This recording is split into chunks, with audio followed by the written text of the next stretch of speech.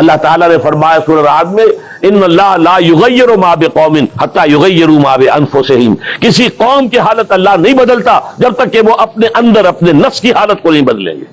پہلے اندر اپنے آپ کو بدلو، پہلے حلال پر اکتفا کرو، حرام سے اجتناب کرو، گھروں میں شرعی پردہ نافذ کرو، شرعی پردہ، یہ رواجی پردہ نہیں، شرعی پردہ۔ پوچھئے علماء سے کس کس سے پردہ ہے، کس کس کے سامنے عورت آ سکتی ہے بغیر حجاب کے، کون ہے محرم، پوچھئے، اور چیزیں بھی پوچھتے یہ بھی پوچھئے نا ان سے، پھر اس پر عمل کیجئے۔ اگر آپ اپنے گھر کے اندر پردہ نافذ نہیں کرتے اور شکوہ کرتے جی بڑی عریانی دنیا میں پھیل رہی ہے، تو آپ کو شکوہ کرنے کا حق نہیں۔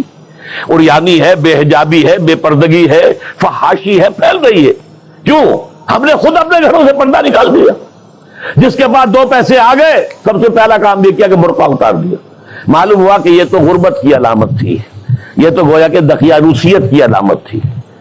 تو ہمیں یہ سوچنا چاہیے، ہماری معاشرت، اب کسی نے قانون تو ہمارے اوپر نافذ نہیں کیا ہے کہ عورتیں پردہ نہ کریں، اللہ کا شکر ہے آج تک پاکستان میں تو ایسا نہیں ہوا ہے۔ مسلمان ملک ایک ترکی بھی ہے، وہاں عورت اپنا سر بھی نہیں ڈھانپ سکتی۔ آپ کو اپنے اخبار میں آپ نے پڑھا ہوگا، ایک ممبر آف پارلیمنٹ ان کی آ گئی تھی کہ جس نے صرف سر ڈھانپا ہوا تھا، سکارف رکھا ہوا تھا سر پر، اس جرم کی پاداش میں اس کی وہ اسمبلی کی ممبرشپ بھی گئی اور ترکی کی سٹیزن شپ بھی گئی۔ ہمارے ہاں تو نہیں، جس گھر سے بھی پردہ نکلا ہے اپنی مرضی سے نکلا ہے، جس نے بھی چھوڑا ہے اپنے ارادے سے چھوڑا ہے، کسی نے آپ پر لازم نہیں کیا۔ تو پہلا کام دیکھیے اصلاح معاشرہ کا، پہلے اپنے آپ کو بدلو، اپنے آپ کو ٹھیک کرو، اپنے کردار کو، اور دونوں اعتبارات سے اپنی معاش اور معاشرت، معاش آپ کی جو بھی کمائی ہے جس پر آپ کا گزارا ہے اس میں کوئی حرام کی آمیزش نہ ہو، معاشرت جو رہن سہن ہے، باقی ظاہر بات ہے چور کا ہاتھ تو آپ نہیں کاٹ سکتے، وہ تو جب تک قانون نہ بنے اور وہ نظام نہ بدلے، زانی کو آپ سنسار نہیں کر سکتے جب تک کہ شریعت کا قانون جو ہے اس کی بالادستی نہ ہو جائے، وہ آپ نہیں کر سکتے، سود آپ ختم نہیں کر سکتے جب تک کہ وہ نظام حکومت ختم نہ کرے، ورنہ تو ہر ایک جو ہے پورے ہمارے نظام کا جو ہے تانا بانا سود پر ہے۔ لیکن خود تو اپنے آپ کو بچا سکتے ہو، ڈائریکٹ انوالومنٹ تو نہ ہو سود میں، خود تو سود پر قرض نہ لو، خود تو اپنی بچت وہاں رکھ کر اس پر سود نہ کھاؤ، اور فکس ڈپازٹ رکھ کر جو ہے سود نہ کھاؤ۔ کم سے کم ان دونوں اعتبارات سے جب تک کہ ہم اپنے آپ کو، تقویٰ تو بہت اونچی چیز ہے، اور تقویٰ بھی وہ جتنا کہ اللہ کے تقویٰ کا حق ہے، تو بہت اونچی بات ہے، کم سے کم جو صریح حرام ہے اس سے تو بچیں۔ تو پہلی منزل یہ، بلکہ میرے اب آج کی ترتیب میں دوسری منزل ہوئی۔ پہلی منزل کیا تھی؟ یقین والا ایمان حاصل کرو، یقین پیدا کرے ناداں، یقین سے ہاتھ آتی ہے وہ درویشی کہ جس کے سامنے جھکتی ہے فقوری۔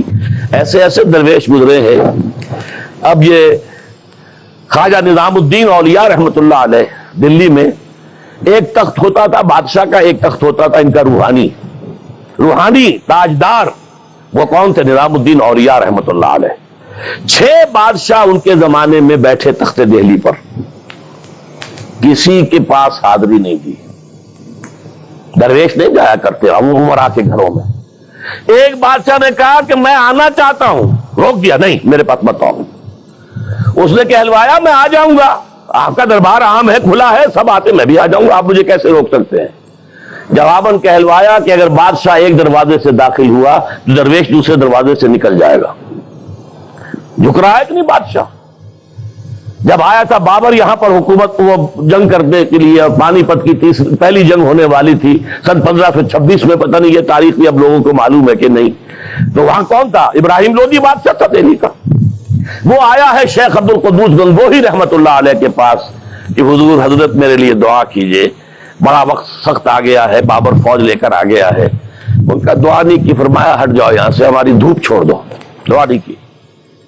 وہ آیا ہے ہاتھ جوڑ رہا ہے، دعا کی، دعا نہیں کی، اس لیے کہ ظالم حکمران تھا اور بابر نے شکست دی۔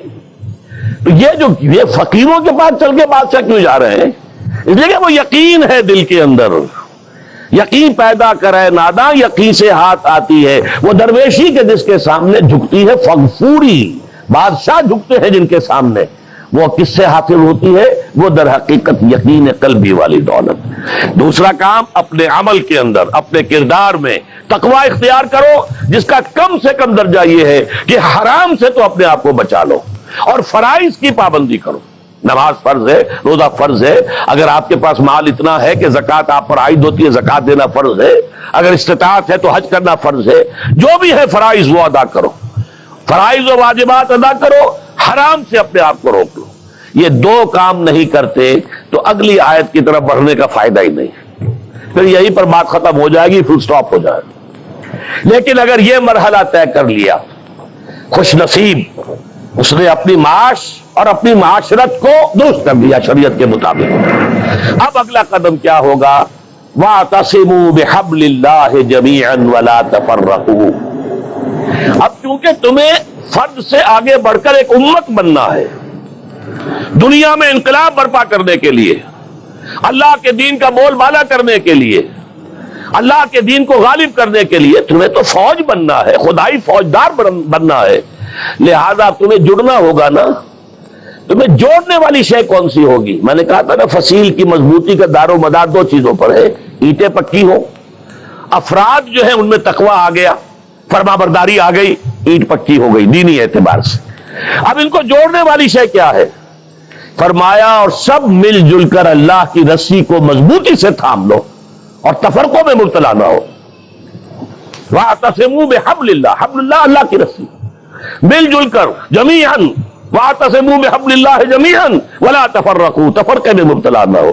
تفرقہ ہوگا تمہاری قوت ختم ہو جائے گی. Divided you fall, United you stand. اگر تم مضبوط ہو اور مجتمع ہو، بنیاد مرصوص ہو، تو تمہیں کوئی شکست نہیں دے سکتا. اگر تمہارے دل پھٹے ہوئے ہو، تمہارے اندر رکھنے ہو، تو تمہارے اندر سے غدار نکل آئیں گے. جیسے کہ آپ کو معلوم ہے کہ انگریز جو آیا ہے ہندوستان میں، بنگال میں غداری ہوئی، میر جعفر نے غداری کی، اس لیے بنگال میں پلاسی کی جنگ میں فتح ہوئی لارڈ کلائیو کو.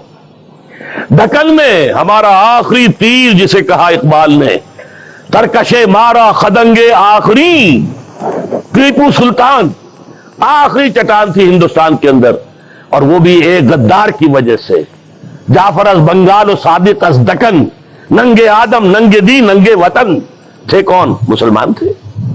لیکن یہ کہ اگر آپس میں تفرقہ ہے، آپ کے تفرقے کو دشمن استعمال کرے گا، آپ کو آپس میں ٹکرائے گا، ایک کے مقابلے میں دوسرے کی مدد کرے گا، کبھی دوسرے کے مقابلے میں آپ کی مدد کرے گا، تاکہ آپس میں ٹکرا کر ختم ہو جاؤ. لہذا اتحاد، اب کیونکہ یہاں پہ اتحاد لکھا ہوا ہے تو اسی حوالے سے سمجھیے کہ وَاعْتَصِمُوا بِحَبْلِ اللَّهِ، جو اتفاق کیسے آئے گا؟ اللہ کی رسی کو مضبوطی سے تھامو.